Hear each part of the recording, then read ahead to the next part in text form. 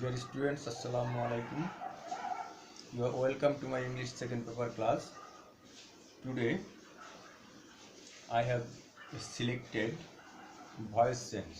অর্থাৎ আমি আজ তোমাদেরকে ভয়েস সেন্স শেখাবো। একটু মনোযোগ সহকারে রুলসগুলো একটু দেখবে এবং আমি কি বলি আমার কথাটা একটু মনোযোগ সহকারে শুনবে। ভয়েসকে মেইনলি কি? ভয়েস শব্দের বাংলা অর্থ হলো বাচ্য, অর্থাৎ বাচ্য পরিবর্তন। ভয়েস সেন্স, বাচ্য পরিবর্তন। এখন এই ভয়েস চেঞ্জের mainly voices of two types, অর্থাৎ বলছে যে এই ভয়েস চেঞ্জ দুই ধরনের আছে ইংলিশে। একটা অ্যাক্টিভ ভয়েস এবং একটা হলো প্যাসিভ ভয়েস। অর্থাৎ ভয়েস দুই ধরনের, একটি অ্যাক্টিভ ভয়েস এবং অন্যটি হলো প্যাসিভ ভয়েস। এখন আমরা আজ অ্যাক্টিভ থেকে প্যাসিভ ভয়েস কীভাবে করতে হয় সেই বিষয়টি আমরা একটু দেখব।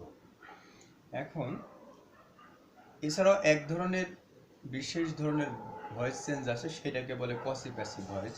আমি তোমাদেরকে সে বিষয়ে লাস্টে একটি এক্সাম্পল দিয়ে বুঝিয়ে দিব যে কসি প্যাসিভ ভয়েসগুলো কীভাবে হয়। তো চলো আমরা মেইনলি ভয়েস চেঞ্জটা আমরা শুরু করি। এখন ভয়েস চেঞ্জ শুরু করতে হলে আমাদেরকে কয়েকটি বিষয় আগে জানতে হবে, যে প্রোনাউনের সাবজেক্টিভ ফর্ম এবং অবজেক্টিভ ফর্ম। সাবজেক্টিভ ফর্মগুলো আমরা একটু দেখি। সাবজেক্টিভ ফর্ম, আরেকটা হলো অবজেক্টিভ ফর্ম। যেমন আই হলো সাবজেক্টিভ ফর্ম, অর্থাৎ আই সবসময় সাবজেক্ট হিসেবে ব্যবহার করা হয়। অবজেক্টিভ ফর্ম হলো মি। হি সাবজেক্টিভ ফর্ম, এর অবজেক্টিভ ফর্ম হলো হিম।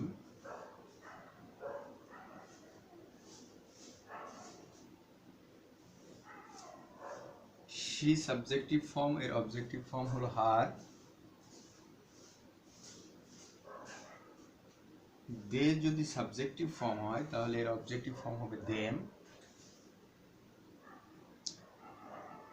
দেয়ার, এর অবজেক্টিভ ফর্ম সাবজেক্টিভ ফর্ম একই, দেয়ার। ইট এর সাবজেক্টিভ ফর্ম অবজেক্টিভ ফর্ম একই, ইটি হবে। এবং ইউ, ইউ এর সাবজেক্টিভ ফর্মও যা, অবজেক্টিভ ফর্মও তাই। তাহলে আমরা এখানে দেখলাম যে I, he, she, they, their, it, you. শুধুমাত্র আমরা দেখলাম আই, হি, শি, দে, এই চারটির সাবজেক্টিভ ফর্ম। আই এর সাবজেক্টিভ ফর্ম মি, হি এর সাবজেক্টিভ ফর্ম হিম, আই হলো সাবজেক্টিভ ফর্ম, এর অবজেক্টিভ ফর্ম হলো মি। হি এর অবজেক্টিভ ফর্ম হিম, শি এর অবজেক্টিভ ফর্ম হার, দে এর অবজেক্টিভ ফর্ম দেম, দেয়ার এর অবজেক্টিভ ফর্ম দেয়ারি।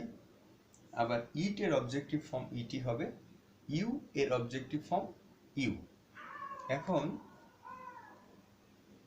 আরেকটা উই আছে, উই, উই এর অবজেক্টিভ ফর্ম হবে আস। অর্থাৎ প্রোনাউনগুলো এভাবে চেঞ্জ হবে, সাবজেক্ট হিসেবে কোনটা বসবে আর অবজেক্ট হিসেবে কোনটা বসবে। তবে যদি আমরা প্রোনাউনের ক্ষেত্রে দেখলাম, যদি নাউন থাকে তাহলে নাউনের কোনো চেঞ্জ হবে না। অর্থাৎ হাসান থাকলে হাসান, কামাল থাকলে কামাল, রহিম থাকলে রহিম, যাই থাকুক না কেন নামের ক্ষেত্রে কোনো চেঞ্জ হবে না। শুধুমাত্র প্রোনাউনের ক্ষেত্রে এই রূপগুলা পরিবর্তন হবে।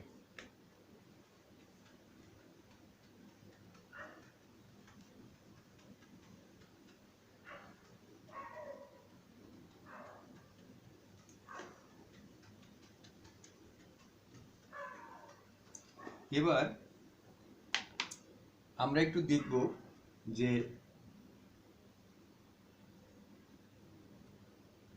কিসের ভয়েস চেঞ্জ হবে। অর্থাৎ আমরা জানি যে টেন্স বিভিন্ন ধরনের আছে। এই টেন্সের অ্যাসার্টিভ সেন্টেন্সের হবে, ইন্টারোগেটিভ সেন্টেন্সের হতে পারে, ইম্পারেটিভ সেন্টেন্সের হতে পারে।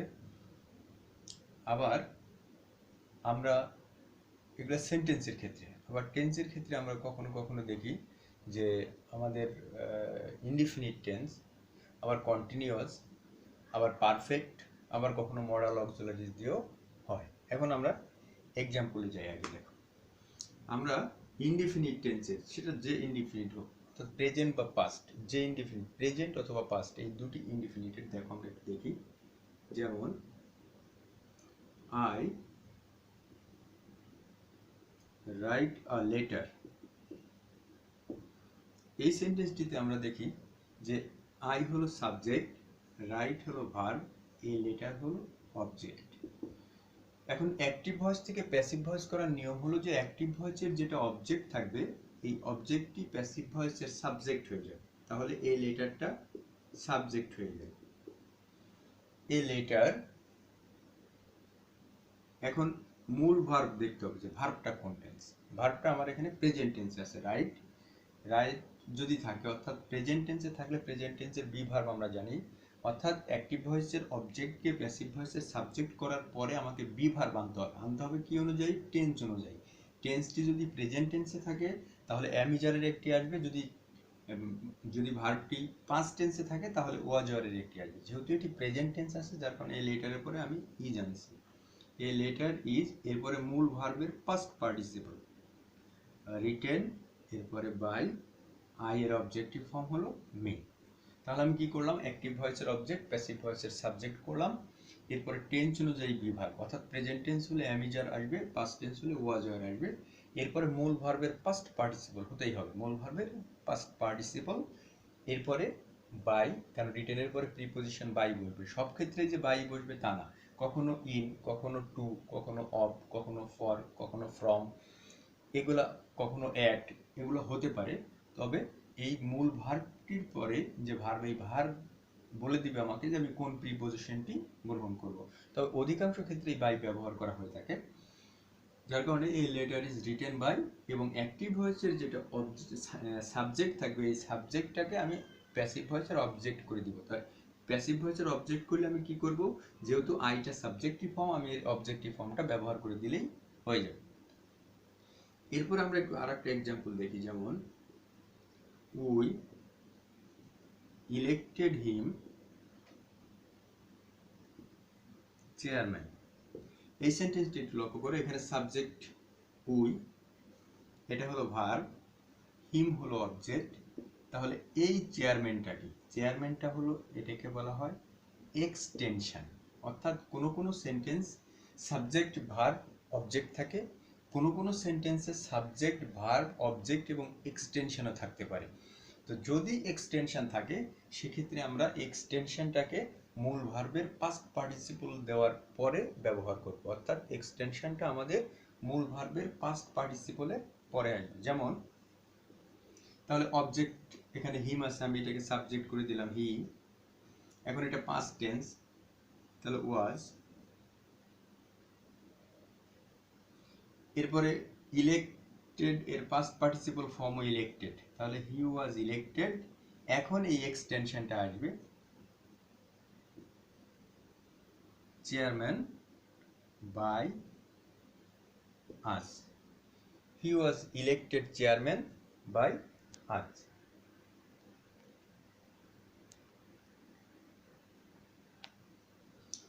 তাহলে আমরা দেখলাম যে কিভাবে he was elected chairman by us, এটা হয়ে গেল। অর্থাৎ এক্সটেনশন থাকলে সেটা অবশ্যই মূল ভার্বের পাস্ট পার্টিসিপলের পরে ব্যবহার করব, তারপরে বাই, ইন, টু, যাই হোক না কেন, তারপরে অ্যাক্টিভ ভয়েসের সাবজেক্টটা প্যাসিভ ভয়েসের অবজেক্ট হয়ে যাবে। এই রুলসটা অবশ্যই ফলো করবে, যে আগে দেখবে যে এক্সটেনশন আছে কিনা, এক্সটেনশন আছে কিনা। আরেকটা জিনিস এখানে মনে রাখবে যে তুমি হয়তো মনে করতে পারো যে সাবজেক্ট কোনটা অবজেক্ট কোনটা আমি বুঝবো কিভাবে।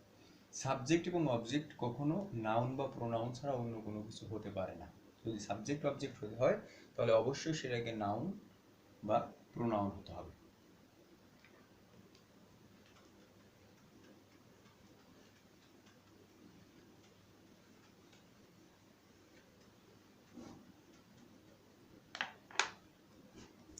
এবার একটু আমরা দেখব, আমরা ইনডিফিনিটেড দেখলাম যেভাবে আমাদের ইনডিফিনিটে হয়ে থাকে ভয়েস সেন্স। এবার আমরা একটু কন্টিনিউয়াস দেখব, কন্টিনিউয়াসের ক্ষেত্রে কি হয়। যেমন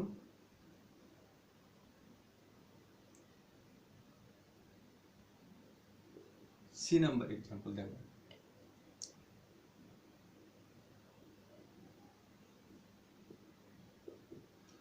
they were playing cricket। এই সেন্টেন্সটি একটু লক্ষ্য রাখো, দে আর প্লেইং ক্রিকেট, অর্থাৎ এটা পাস্ট কন্টিনিউয়াস। এখানে কি আছে? পাস্ট কন্টিনিউয়াস টেন্সে আছে। তো যদি পাস্ট কন্টিনিউয়াস টেন্সে থাকে, যে কন্টিনিউয়াস, সেটা প্রেজেন্ট কন্টিনিউয়াস হোক আর পাস্ট কন্টিনিউয়াস হোক, ওই আগের রুলসটা আমরা ফলো করবো যে অ্যাক্টিভ ভয়েসের যেটা অবজেক্ট থাকবে সেটা প্যাসিভ ভয়েসের সাবজেক্ট। অর্থাৎ ক্রিকেট, এখন এখানে লক্ষ্য রাখো এটা পাস্ট কন্টিনিউয়াস, কিন্তু পাস্ট কন্টিনিউয়াস হলে এর স্ট্রাকচারটা কি? সাবজেক্ট প্লাস ওয়াজ বা ওয়ার, তারপরে ভার্ব প্লাস আইএনজি। অর্থাৎ এখন দে এর পরে ওয়ার বসে, কিন্তু আমার আমি যখন সাবজেক্টটা ক্রিকেট হয়েছে, এখন তো ওয়ার বসবে না, যার কারণে আমাকে এখানে কি ব্যবহার করতে হবে? ওয়াজ। তাহলে ক্রিকেট ওয়াজ, এখানে একটা অতিরিক্ত শব্দ বসবে, সেটা হলো বিং। এই কথাটি মনে রাখবে, একটি অতিরিক্ত শব্দ আসবে, সেটা হলো বিং। এরপরে মূল ভার্বের পাস্ট পার্টিসিপল হবে। তাহলে প্লে হলো মূল ভার্ব, এর সাথে প্লেইড হইল বাই, দে থাকলে দেম। তাহলে দে আর প্লেইং ক্রিকেট, এটা প্যাসিভ ভয়েস করলে কি হবে? Cricket was being played by them. Next,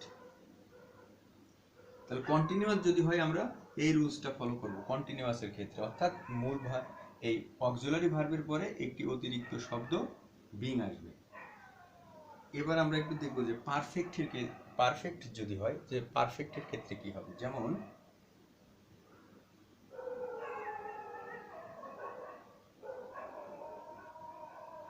Rana has done the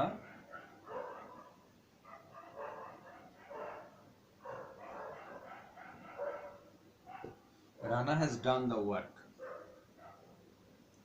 Rana কাজটি করেছে, Rana has done the work. তাহলে এখানে দেখো এটা পারফেক্ট, অর্থাৎ প্রেজেন্ট পারফেক্ট।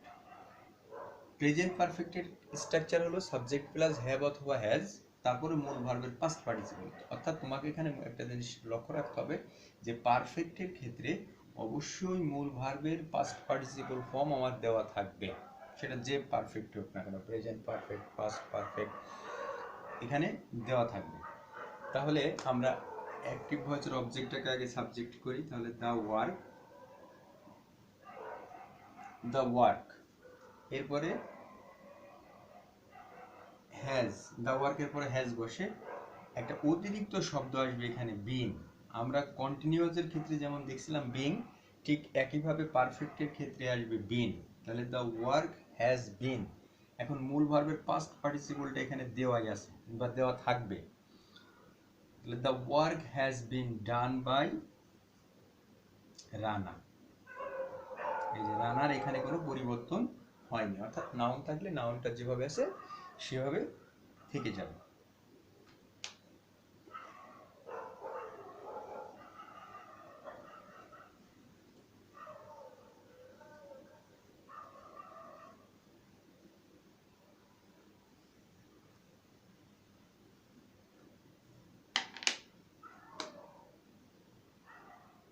এরপরে আমরা একটু দেখবো এবার যে মডাল অক্সিলারিজ থাকলে কি হয়। মডাল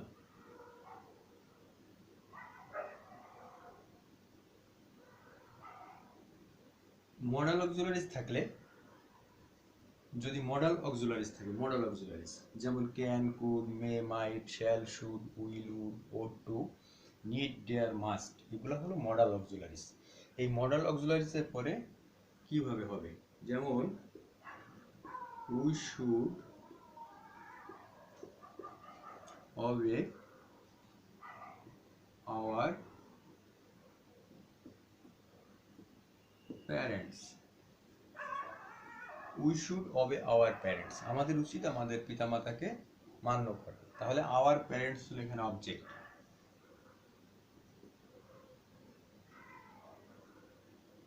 our parents, এই মডাল অক্সিলারি যেটাই থাকবে সেটাই হবে এখানে। শুড, একটা অতিরিক্ত শব্দ আসবে এখানে বি, এই কথাটা মনে রাখবে যে বি আসবে এখানে, অতিরিক্ত শব্দ বি। এরপরে মূল ভার্ব যেটা থাকবে তার পাস্ট পার্টিসিপল ফর্ম হবে obeyed by আজ। তাহলে আমরা এখানে দেখলাম যে মডাল অক্সিলারিজের পরে একটা অতিরিক্ত শব্দ আসে, সেই শব্দটি হলো বি। তাহলে এখানে কন্টিনিউয়াস, পারফেক্ট এবং মডাল, এই যখন এই ভয়েস চেঞ্জগুলো হবে, অর্থাৎ আমি বলছি যে যখন পারফেক্ট টেন্স থাকবে, যখন কন্টিনিউয়াস টেন্স থাকবে এবং যখন মডাল অক্সিলারি ব্যবহার করে ভয়েস চেঞ্জ হবে, তখন কন্টিনিউয়াস হলে অক্সিলারি ভার্বের পরে বিং বসবে, যদি পারফেক্ট থাকে তাহলে হ্যাভ, হ্যাজ, হ্যাডের পরে বিন বসবে, আর যদি মডাল অক্সিলারিজ থাকে, যে তাই থাকুক না কেন, এখানে মাস্ট থাকলে মাস্ট বি হইতো, ক্যান থাকলে ক্যান বি হইতো, শ্যাল থাকলে শ্যাল বি হইতো, অর্থাৎ যেটাই থাকুক না কেন সেখানে কি হবে, এই একটা অতিরিক্ত বি যোগ হবে এবং তারপরে মূল ভার্বের পাস্ট পার্টিসিপল হবে, তারপরে নিয়ম অনুযায়ী হয়ে যাবে। এবার আমরা একটু দেখব যে ইম্পারেটিভ সেন্টেন্সের ভয়েস চেঞ্জটা কিভাবে হয়।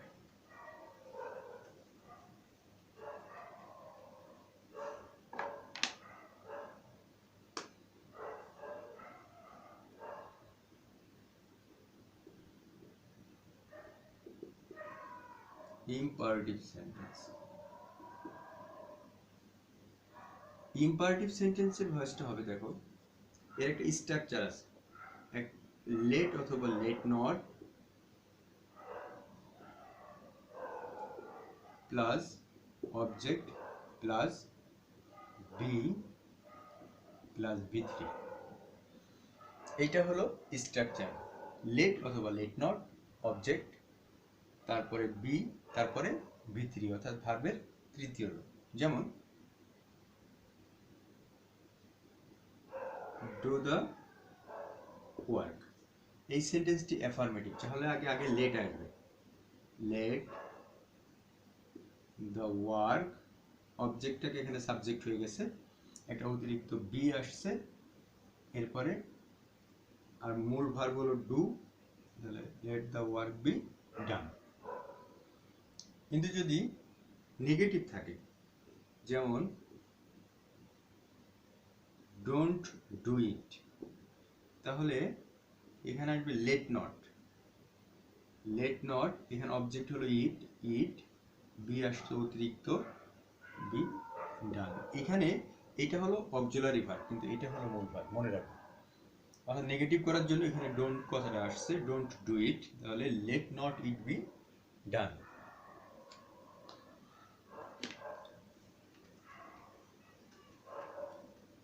আবার অনেক সময়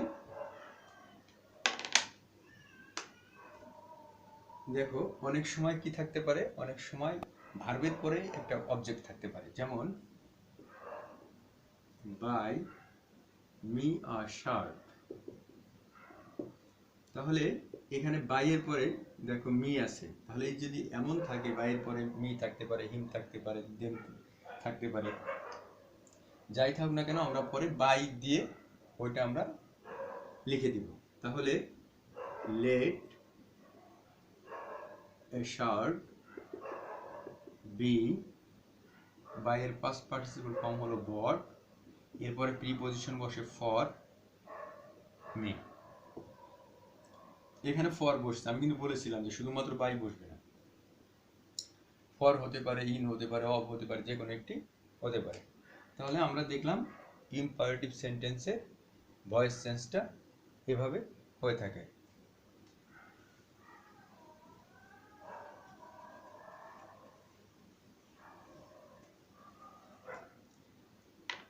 এরপরে আমি তোমাদেরকে বলেছিলাম যে এক ধরনের ভয়েস আছে কোয়াসি প্যাসিভ, কোয়াসি প্যাসিভ, অর্থাৎ এখানে when it is, এই when it is এর ব্যবহারটা আসবে, যেমন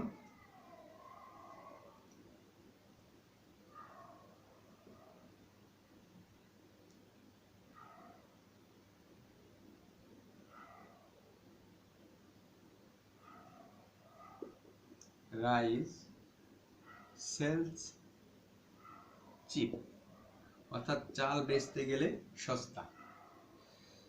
রাইস সেলস চিপ, তাহলে এই ভয়েসটা দুইভাবে হতে পারে।